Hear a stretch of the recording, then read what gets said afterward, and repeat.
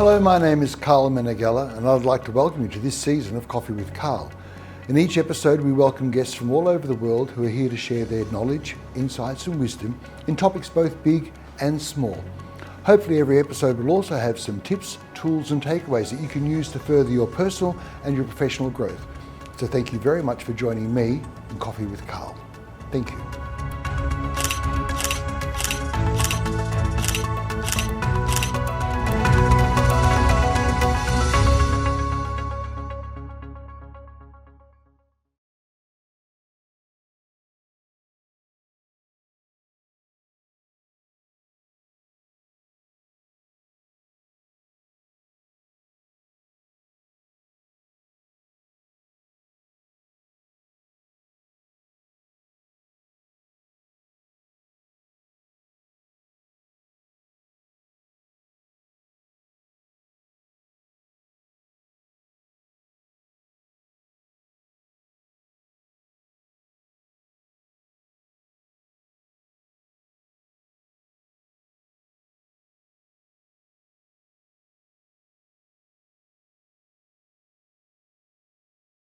I'm very pleased to have with us again today Mr. Serikantajai. Sawadee krap. Sawadee krap. Very good to see you again. Yeah, nice to be back here again. Thank you very much. Thank you. And today I believe we're talking about emotional intelligence. Yes, that's going to be my afternoon class today. Ah, very good. So Yes. yesterday they were doing self-awareness and today Yes. they're doing emotional intelligence. Yes. Very, very good. So let's start off. How would you define, for those who don't know what emotional intelligence is, how would you define it? Okay. Emotional intelligence is all about recognize your own emotion and how to manage your emotion and how can you influence those around you. When you understand the pattern of emotion, the chain of effect of your emotion and how to regulate them, then you can control. Then you can influence the result. Yes, yes. Yeah, and it's good for a relationship. I see why that's good after doing self-awareness yesterday, doing emotional intelligence today. It's part of self-awareness, a big part of it. So how does emotional intelligence, EI or EQ, differ from IQ? Okay, usually IQ will refer to the cognitive ability, like for example, the problem solving, logical reasoning, analytical thinking. Emotional intelligence is all about the, it tend to focus more on emotion and social skills, right? For example, a leader with very high IQ can come up with a lot of brilliant ideas, but without emotional intelligence, it will be impossible for him to deliver or to drive the result through the team. So even though he's intelligent, Yes. analytically, Yes. he may have difficulty actually conversing or communicating that to the team. Yes, correct. Because, as a leader, you need to inspire the team. You have to motivate the team, recognize the team good jobs sometime, right? So that all needs a good communication and good balance of your emotional pattern, your emotional management. Yes, yes. Right. So as a result, you can get the job done, or you can be very successful through your team, right? So leader can only be successful to your team. Otherwise, you're not a leader. Yes, yes. I know there's different types of leadership styles, but it actually made me think, your example here made me think of a case where many years ago I had a boss who was always panicking, always drama. And as a result, all of us felt in a state of panic and drama. And even though he was very, very intelligent and analytically and conceptually, he had difficulty communicating his vision. I see. Okay. And for this example, a lot of time you may find that the boss who don't have emotional intelligence skill, right? they miss the opportunity for their team to express their idea.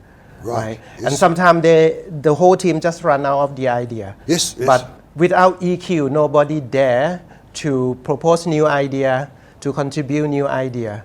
And they feel threatened or Yes. uncomfortable. Yes. Yes. And so he's not getting the full potential of the team. No, not at all. I see. So the more emotional intelligence or emotional awareness the leader has, he or she then can maximize the team's performance. Exactly. I like it. Okay. So why is this becoming so crucial now that in universities we're starting to look at your class, for example, emotional intelligence? Yeah. For students, emotional intelligence will help them to get through all the academic year because they're going to have a lot of pressure on the assignment, especially the group assignments Yes. that they need to work with others, right? With good emotional intelligence will help them to be successful in bringing the best of their teammate, Yes. right? To contribute to and do the good job to the work and to the result. And it will help them to be successful in social skill and and leadership development in the future. That makes perfect sense. Yes. So the students today, because a lot of them, well, they will be the leaders tomorrow. Right. And the more self-aware they are, the more they understand their own emotional intelligence, the more effective they will be as leaders. And you mentioned about groups, for example. I know we talked about this yesterday, but for example, a group of students who have to make a presentation, if they can't communicate effectively with the other team members, Yes. people might feel disenfranchised or they Right. feel like they're left out. Right. So that'll affect the performance. Right. So at least effective communication will make everything right and easy for the student to to get through all the years in the academic period. Very good. So this emotional intelligence then interrelates with self-awareness. Could you elaborate more on that? Exactly, because self-awareness is all about you recognize exactly who you are, right? What is your value and what is your purpose, right? So to get through that, you need to start from knowing yourself, knowing your own personality style. Yes, yes. Like yesterday we discussed about DISC, right? Yes, yes. And understanding DISC, it will help you to understand the pattern of your emotion, especially the trigger to emotion pattern, right? So each profile you have will be sensitive to different triggers. So being aware of those will help you to regulate your emotion, and then you have a pause to think, to rethink, and to manage your reaction, right? To influence people around you or to deliver a better result, the better outcome of your reaction. I like that. I like when you said about the pause. Yes. There are times where myself, I think, I wish I had have stopped first and thought more about it, because Yes. then sometimes you regret what you've said. Right. And I think that's really a valuable skill, because sometimes, and I've been in this situation where you say something and you think, I should have stopped. I should have Right. waited, Yes. because my emotional, sometimes I'll just be a reaction. Yes. And so you're saying if I study and learn a bit about my emotional intelligence, Yes. I can start to regulate that better. Yes, a pause is a big thing. Yeah, it's a big thing. It can make a big difference. Okay. Right. So a team that has the members that have emotional intelligence, or they're aware of their emotional intelligence, will likely be more productive than a team that is Of not course. aware. Of course. Okay. Because effective communication will allow them to work better together. So there will be more open for the feedback, right? And especially constructive feedback will help to shape up how the team works, Yes, right? yes. To achieve the goal and expectation, right? It's always deliver the good result with effective communication. And you cannot perform effective communication without emotional intelligence. Yes. And you said about constructive feedback, and I remember as a student very, very early on, I had trouble with constructive criticism. And I thought of criticism as being personal. And then I realized that the lecturer is not criticizing me, it might be criticizing the work. Yeah. So, for example, being able to take that feedback or criticism on board and argue the topic, not argue the person. Right. So that's part of the emotional intelligence. Yes. It's in receiving feedback, it's reciprocal, right? Both the one who give feedback and both the one who receive feedback, they need to understand about the construction of or the component of the constructive feedback, so that it can avoid the personal conflict. Yes, yes. Right. As you say, constructive feedback is all about what's happening, right?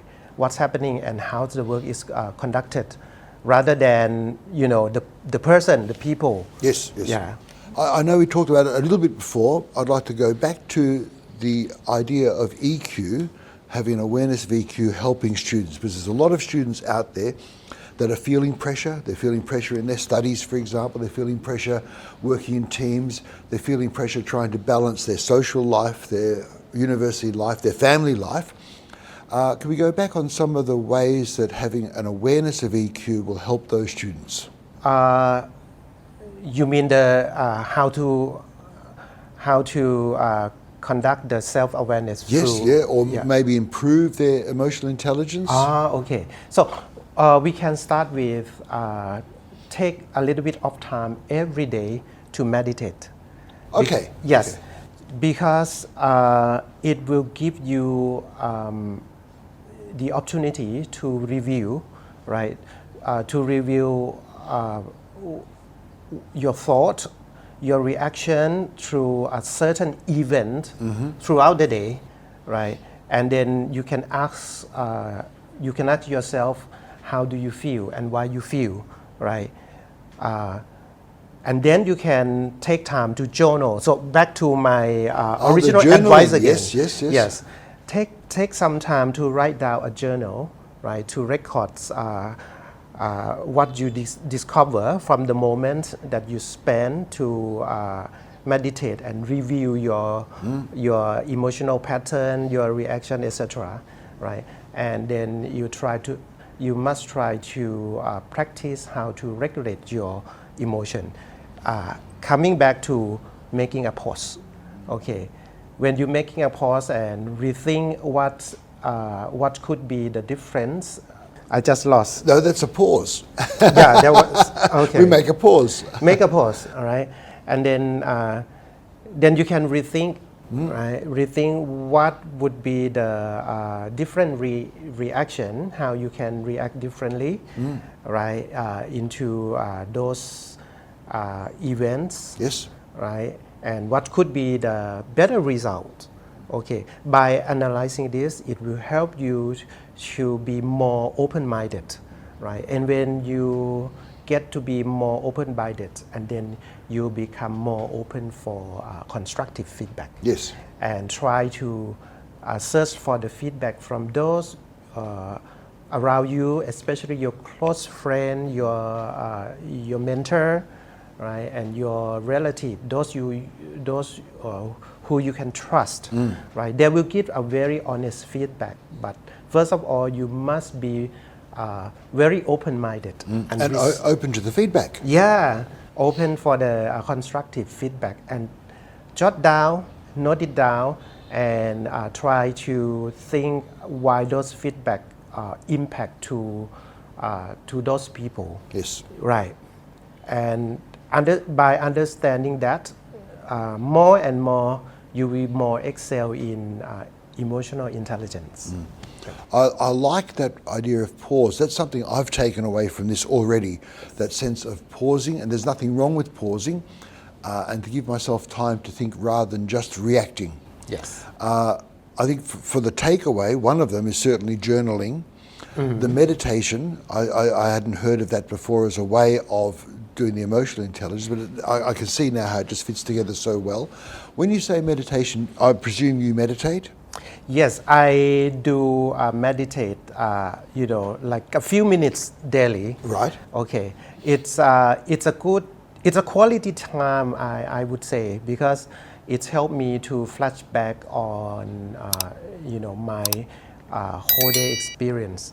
And I always rethink about what could be the different approach that I can do, right? And it's helped me to get better off or to be a better person. Yes, yes. Always. So when you say meditate, I mean, do you mean the whole Om Mani Padme Hum? Do you mean that, or do you mean just the time to think, or what is meditation to you? No, just spend some time, right? Close your eye, or you can even open your eyes, right? And then stop all activity, stay still, right? And think, being with your body. Being with your body, being with your breath, yes. right? And once you realize your body, you realize your breath, and then you will have a good pause to observe your thought, because your brain works all the time. Yes. You cannot stop your brain from thinking. Yes. It's not possible. Right, but most of the time you don't realize how your brain works, and what kind of thought is keeping rolling up in your brain, until you stay still, right? Stay focused, and then you start to observe. You start to see how it works, right? So maybe some time without the screen, without Facebook, without the television, without the distraction. So it doesn't have to be a religious experience. Yes. It's more about some time just to breathe, to be still, Yes. and maybe think about the day. And maybe when you're thinking about the day, that will help you all of a sudden think, I could have done this, and not give up, but learn from that, and Yes. maybe implement that tomorrow and have a fresh start. Because I think sometimes we forget to give ourselves Yes. a fresh start. We wait until New Year, for example, to make the resolution, but maybe we can be a bit more gentle on ourselves. Yes. And start, okay, tomorrow, new day. Yes. Thank you so much for today. I really enjoyed it, and I have some ideas of what I need to work on, but thank you very much. Khop kum makra. It's a pleasure to be here. Thank Again, you very much. a joy Yes. to see you. Yes. Thank you. And for those out there, I hope you benefited from this. I'd like to thank you for joining me in this episode of Coffee with Karl. Hopefully the episode was a benefit in your personal and professional growth, and the tips, tools and takeaways will further help you. Thank you.